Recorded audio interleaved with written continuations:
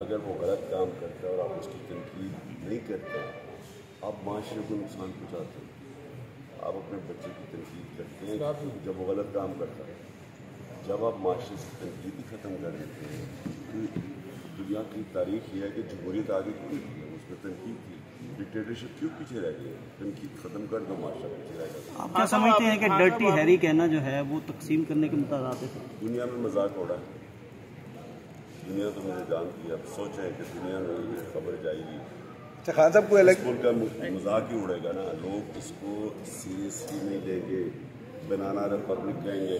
ہاں صاحب, آپ یہ نہیں سمجھتے کہ سپریم کورٹ کے بینچ میں جو جسٹس قاضی فائز عیسی ہیں, جسٹس منصور علی شاہ کو بھی شامل کر لیا جاتا تو ایک ذرا جو تقسیم کا نظر آ رہی ہے وہ نہ ہوتی؟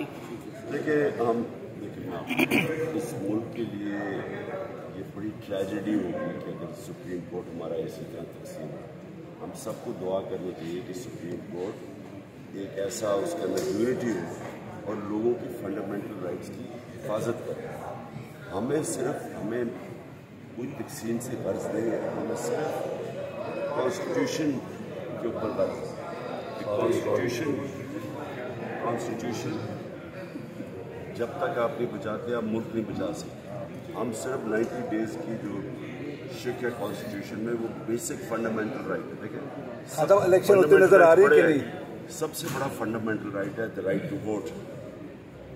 اور اگر سپریم کورٹ اس رائٹ کو اپہولڈ کرتا ہے 90 days کا, تو میرے تو خیال میں کسی جج کو اس میں اپوزیشن ہونی نہیں چاہیے. لیکن اگر ہے بھی تو ہم سب دعا کرتے ہیں کہ سپریم کورٹ یونائٹ کرے.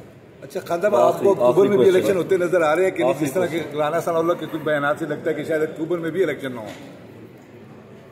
الیکشن سے یہ سارے بھاگ رہے ہیں اور ان کو کوئی نہ آئین کی فکر ہے, نہ قانون کی فکر ہے, نہ رول آف لا کی ہے. ان کو صرف ہے کہ ہم کسی طرح اپنا NRO بچا لیں.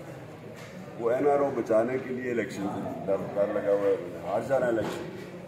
اس کے لیے یہ سارا ملک کا بیڑا غرق کر رہے ہیں. نہ یہاں یہ جو تشدد ہو رہا ہے, یہ جو 3000 ہمارے کارکنوں کو پکڑا ہوا, ہر روز نئی FIRs کٹ رہی ہے, پکڑ ہے صرف آئین بھاگنے کے لیے.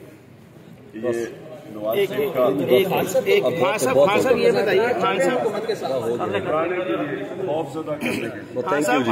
بتائیے گا کہ جتنا میں حکومت کے ساتھ مذاکرات چل رہے ہیں, خان صاحب یہ بتائیے